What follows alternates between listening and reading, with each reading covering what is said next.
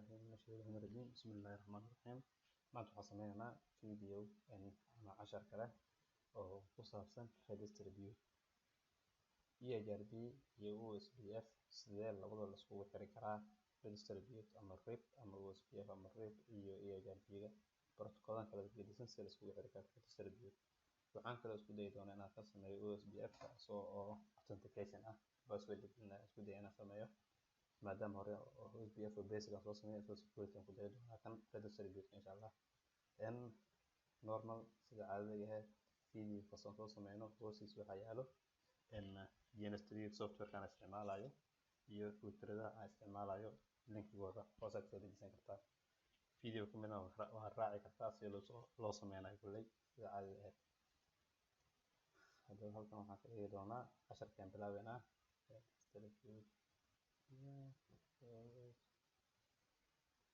OSPF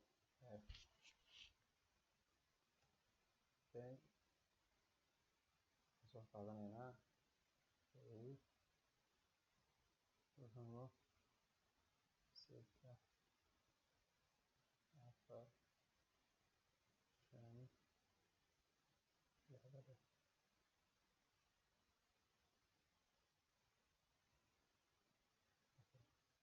Amazon bas gigabyte 1.0 2 gigabyte 1.0 first internet kana 0.0 internet 0.0 kedina kana gigabyte 1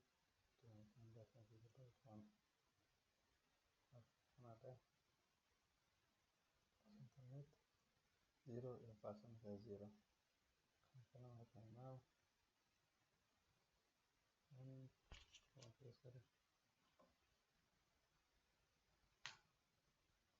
okay sidaas tahay tusi waa yarada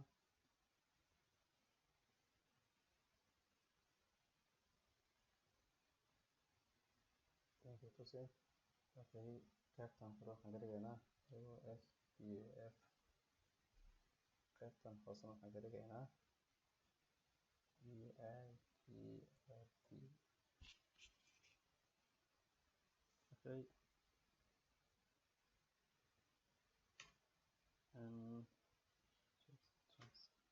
complete canvas system store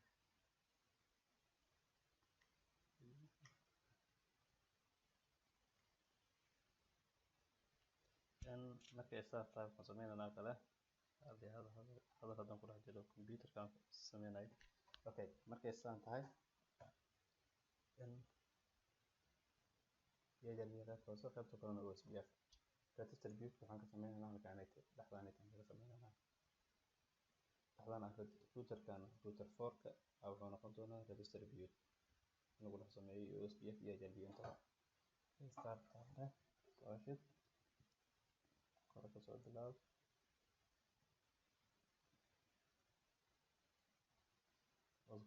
console ده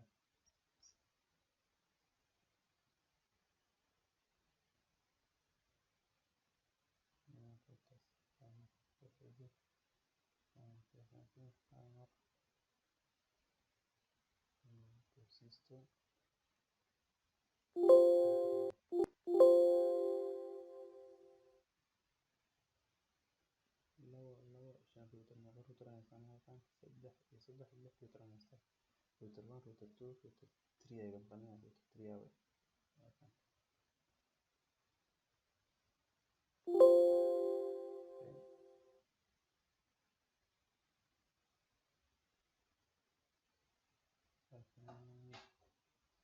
روتر 6 again عطيتها option صفرت وبينية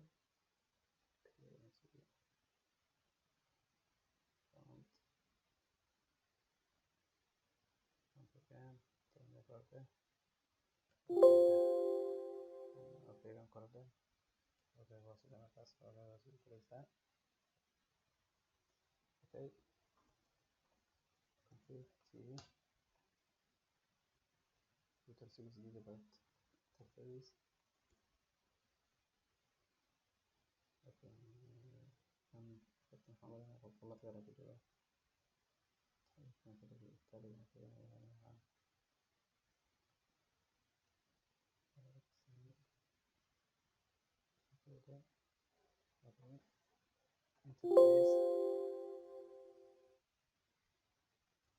interface gigabyte 1 gigabyte 1/0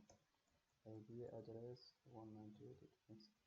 Okay, 17.17.17 dot 625.255 dot 25 dot 128. No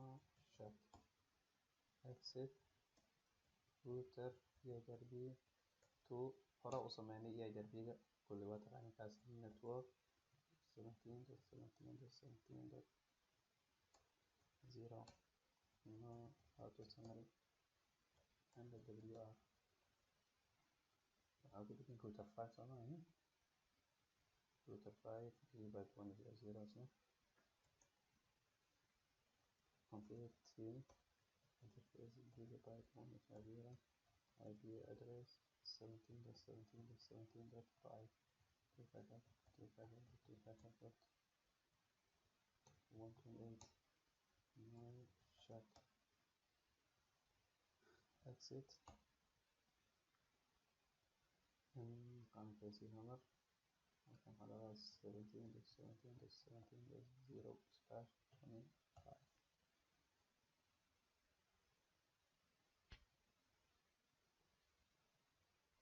qaybtan dhexe waxaa lala 192.168.5.0/24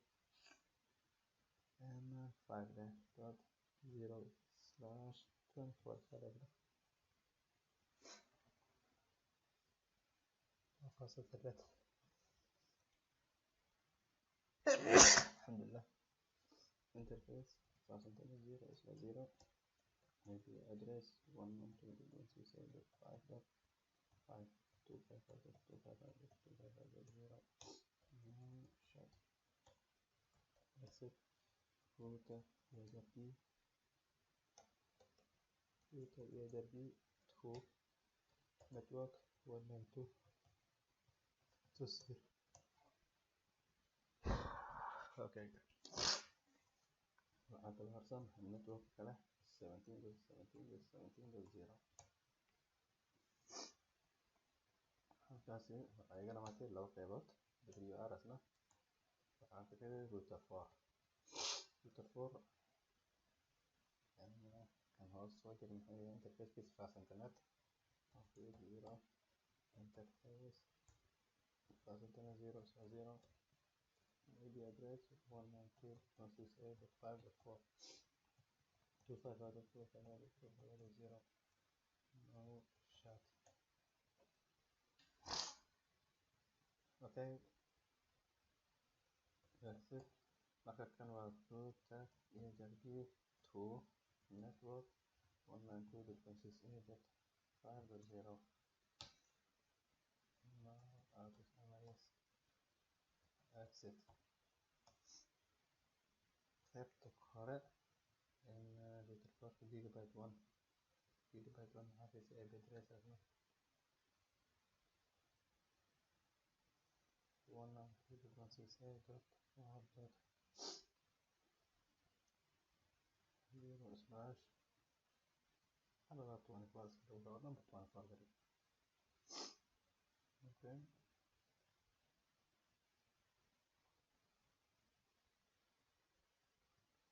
gigabyte 1/0 interface gigabyte 1/0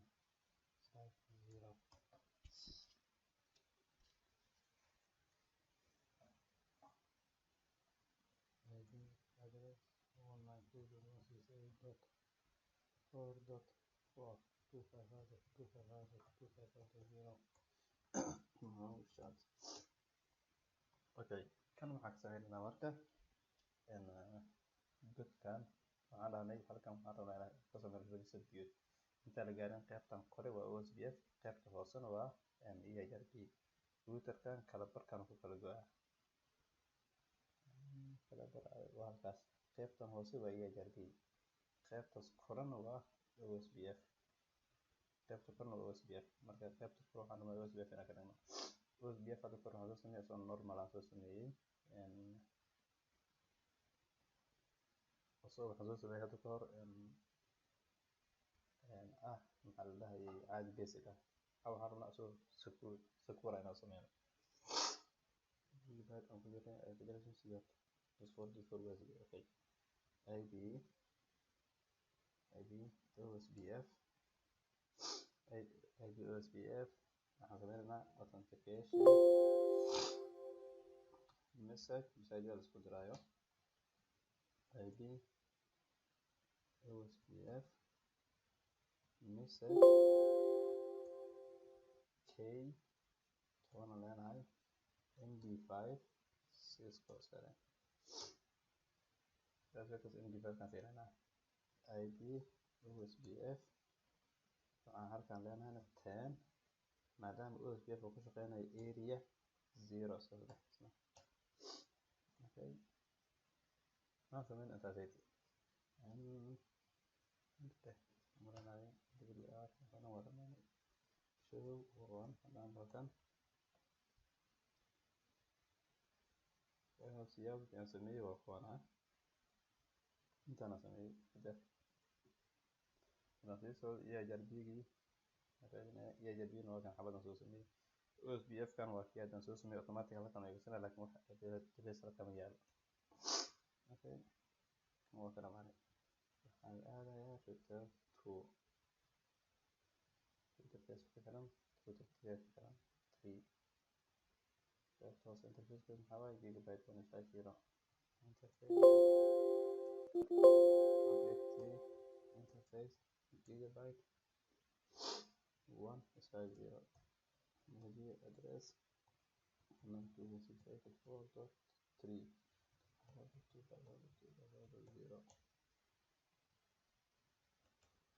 0 now shut do king 192.168.4.4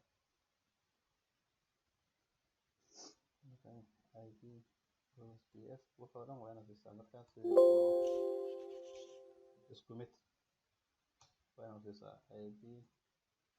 OSPF message k10 md5 cisco haddii kala gedisin wax ma kuu shaqeynayaan id OSPF 10 area 0 kaasna inta exit dadkaas waa sameynay dadku ku xigana saas oo kale u sameeyay ayaa lagu godka la qaadan fast internet 0 interface fast internet 0 id address 192.168.3.3 255.255.255.0 now shut soo kudisa qaybta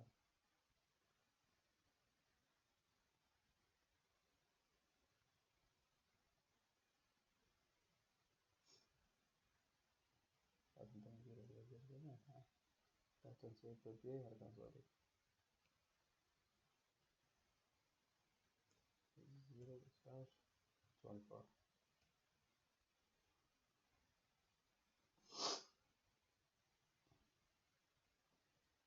id OSPF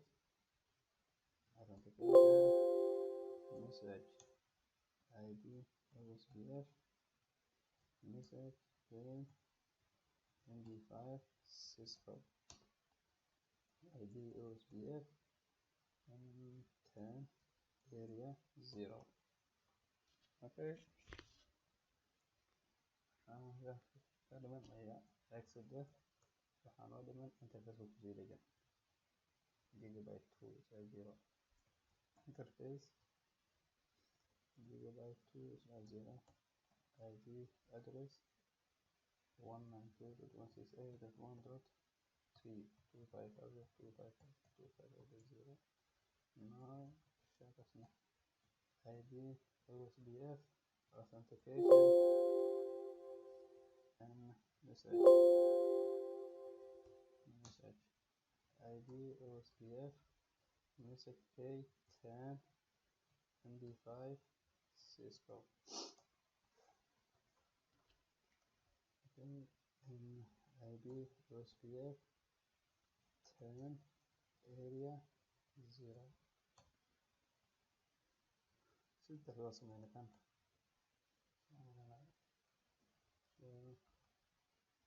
show on given us associated authority interface saddex interface oo kuwana saddex interface oo ku jira waa isku wada mid haddii wax ka qaldin wax ma shaqeynayaan hadda waa isku wada mid kaliya soo saarayna area 0 verification no waa 10 صح router 3 waa ka dhamaaday router 2 router 1 ala aado markaan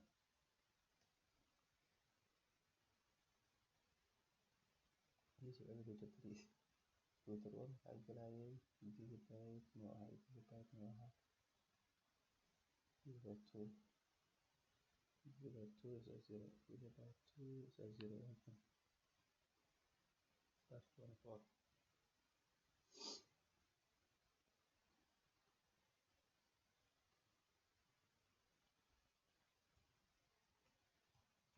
24 router 1 markaan okay 2 interface gigabyte 1 is a 0 IP address 192.168.1.1 255.255.255.0 now chat IP OSPF authentication message IP OSPF message K10 MD5 Cisco IP OSPF 10 area 0 okay show history show history show history يلا history ولا وقت بس انت صغر هذا اصلا انت صغر okay WR وكذا ما ذكرت router 2 بكام 50 interface fast internet 0 is a 0 IP address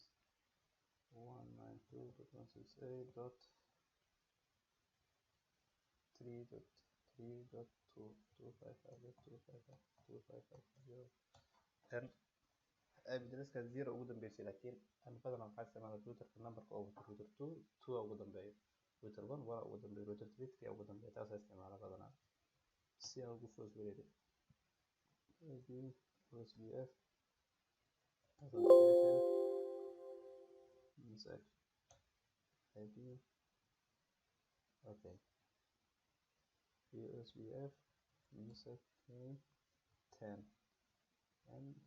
MD5 Cisco IP OSPF 10 area 0 do show history point at the name and the WR هذا مركان show IP route maxaa arkaa kan show IP route marka loo OSPF waxaa ka haystaa waa OSPF markii waxaa haystaa 1 oo soo arkay 1 waa halka dhinaca safety iyo dhinaca router 3 muxuu kaloo soo arkay 4 oo soo arkay oo soo helay sida normalka ah 4 waxaa kale router 4 waa kan wuxuu dhan oo halkaan intuu ku yahay 4.4 caadi open gareena لكن هدانا أنا 192.168.4.4 حلو بقينا تلسكو تدري 192.168.4.4 انتو مري .3 هالك صو مري هذا 3.3 أساعد 3.2 أوكي هالك صو مري كلها مركا وروتر 2 جيس كانيتيا وعرنا روتر 2 إنه بنكري هالك 17 كان هذا كل جابس المد من كرينا 17.17.17.17.6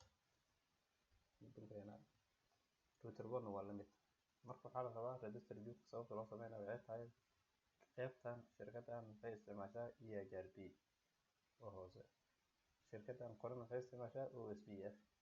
marka waxaa la rabaa in la isbaro labadooda halkan register view laga dhex sameeyo. waxaa la rabaa router 4ka oo kala noogu dhiman register view meesha laga dhex sameynaa. okay marka register view aan rabno inaan sameyno waxa kale oo bulshada sababta OSPF hore soo sameynay asoo security maadaama uu ahaa bulshada laakiin kan register view fooga meesha ku doona today config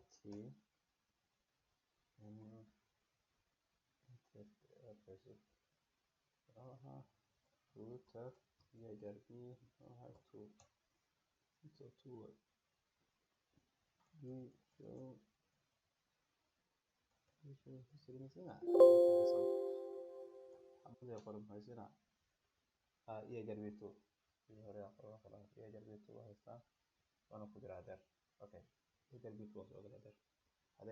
EIGRP 2 waxaa laga rabaa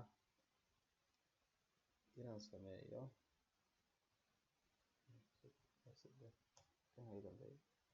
router OSPF 10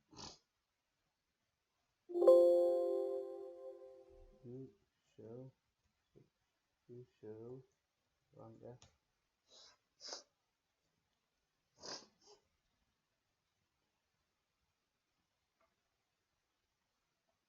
halkan EIGRP 2 waxaa ku jira networkan kaliya ku jira register view halkan soo galana maaragtay aan rabnaa router OSPF waa kaligiisa network xitaa ma wato. waxaan rabnaa halkan in sameyno folder register view kale. waxaan rabnaa OSPF inuu aado dhinaca EIGRP aan soo gelin register view ka dhinacaas inuu aado dhinaca OSPF dhinaca EIGRP markaan soo galno dhinaca inuu soo aado labadaas isku aad maraan rabaa. marka config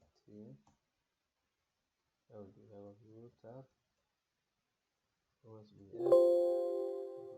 OSPF kayga OSPF nooca 10 okay register view EIGRP register view wax badan loo isticmaali karaa marka laakiin protocol ku isticmaalana register view 5 EIGRP gaarno EIGRP nooca 2 EIGRP 2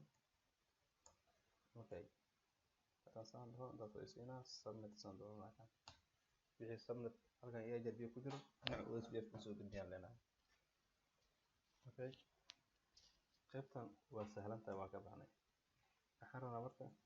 router EIGRP 2 marka imaatid aad register view OSPF saan ku siinaa marka processor ID way 10 dhahday saan dhahday intaan ku siyaadana meesha dadka submit afkooda inuu siinay wuxuu siiyay match metric iyo router map. marka kan hooga yar complicated yar ku jiro sababteeda aan sameynayna. marka waxaan leenahay do show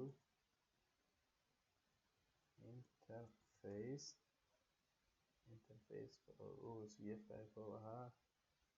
gigabyte 1/0 interface gigabyte 1/0 gigabyte 1/0 marka dhaadid marka wax badan ku jiraan oo la dhaadhay saas waaye sameytan marka gigabyte 1/0 waxaan rabnaa halkan qoraalada ku qoran waxaan rabnaa MTU 1500 laga rabaa bandwidth-ka intaas laga rabaa 100,000 intaas laga rabaa 100,000 oo ka badan tahay intaas number waa laga rabaa isna. waxaan kaloo rabnaa delay number 10 ka laga rabaa. waxaan kaloo rabaa reliable 255 ka laga rabaa. text load waxa laga rabaa number 1 laga rabaa ama RX load number 1 laga rabaa intaas oo shay rabnaa. marka waxay noqonaysaa inaan sameyno router 4 kan ka sameeyay mutaylan. Okay, waxaan leenahay distribute korna u wadno markaas waa distribute OSPF 10 OSPF 10 waxaa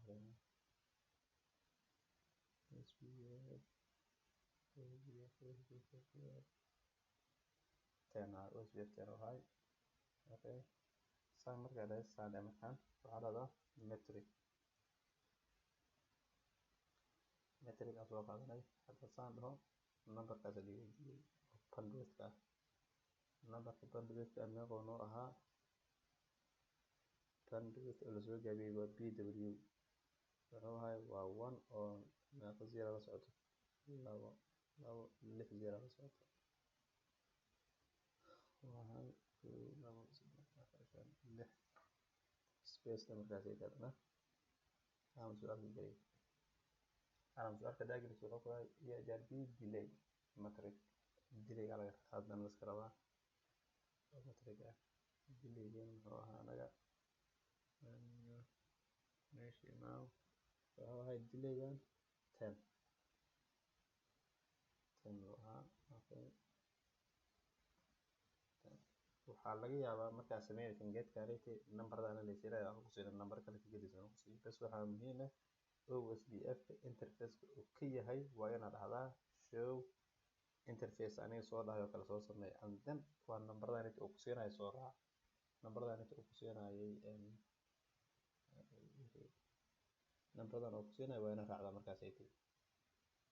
waxaan idin hadda qorqoray markaas waa inaad raacdaa number ka gedisan uu ku sii karaa meeshan intaas oo leysiyay waxa laga yaabaa inuu ku siiyo 10 kun waxa laga yaabaa inuu ku siiyo 1000 kaliya meeshan delay 10 leysiyay waxa laga yaabaa inuu ku siiyo waxa laga yaabaa inuu ku siiyo 100 ama 1000 inuu gaarsiiyo laga yaabaa marka waa isbedeli kartaa mar kastaba reliable ay ugu sii sheegaan kaliya oo wadana 255 waay tobanka saddex hortay taasoo reliability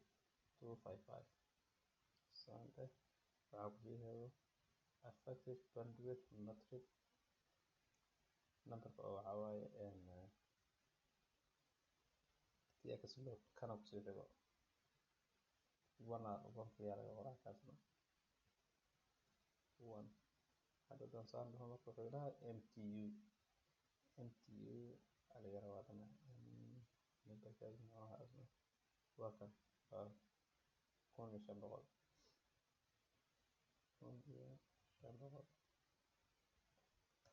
okay hadda intaas ka dhamaanay intaas inta lagu dhahay intaas oo shay marka interface ku dhigay aan kasoo dhaxli kartaa okay marka hagaajinta iyo pin oo naga diyaar router 2 hadda maaw hadaati waxaan isku daynaynaa pin kareeno 17 kaas kor u laabo hal mar pin de markaan hadda caadi ay u shaqeeyaa trace route 17.17.17.6 intuu markii markaan waxaa soo jeeda soo maray 440 waa u dhaafay 55 u gudbay 6 oo soo gaaray soo maray marka waa ka faan hadaati wuxuu na tusnaa markaan aan show IP route markii la dhahay wuxuu na tusay waa kan OSPF kan iyo wuxuu leeyahay tusay 4 hadda laakiin show IP route hadii la dhaho ka badan waa inuu tusaa show IP route hadda waxaa soo baxay oo soo galay show IP route markii la dhahay OSPF waa kaas E2 waa soo raacday oo 17 ah okay waxaa kala soo raacay E2 kala soo martiin oo 5 ah kan waa OSPF caadi ah waxaa kaloo jiro waa laba kaliya soo marayna waa laba kaliya waa 17 iyo 5 halkan anagana waxaan haysanaa 17 iyo 5 ka waa labadaas kaliya ay jardiga marka E2 aan taagay maxaa waaye hadda qaybta aad joogno waa OSPF kan marka fiiriso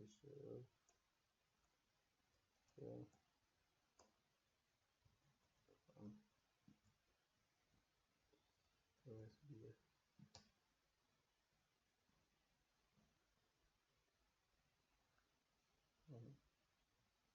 qaybta jooga OSPF malahan EHRB malahan marka wuxuu ka keenay E2gan inta nooga keenay EHRB oo connected lagu soo sameeyay oo register bit lagu soo sameeyay waay marka E2gan qoraal ahaan hadaa fiirisid waa halkaan OSPF iyo EHRB waxyaabo kala gedisan dadka siinaa hadda imaano OSPF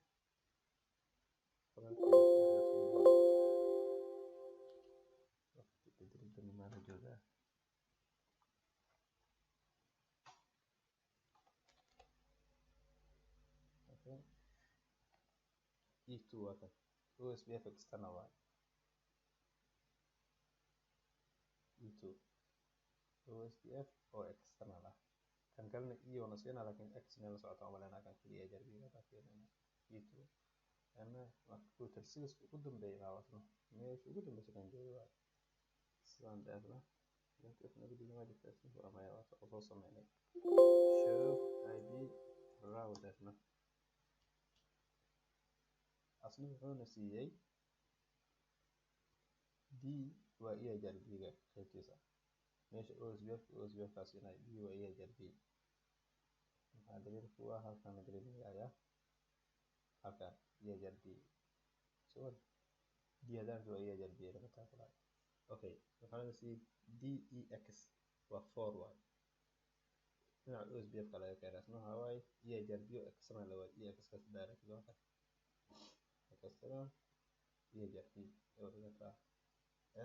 register bit sana loo sameeyay casharkii oo aan weynay caawa intaan ku yahay wada kala laga jira iyo cashar dambe oo xiiso leh. Assalaamu calaykum waraxmatullaahi wabarakaatuh.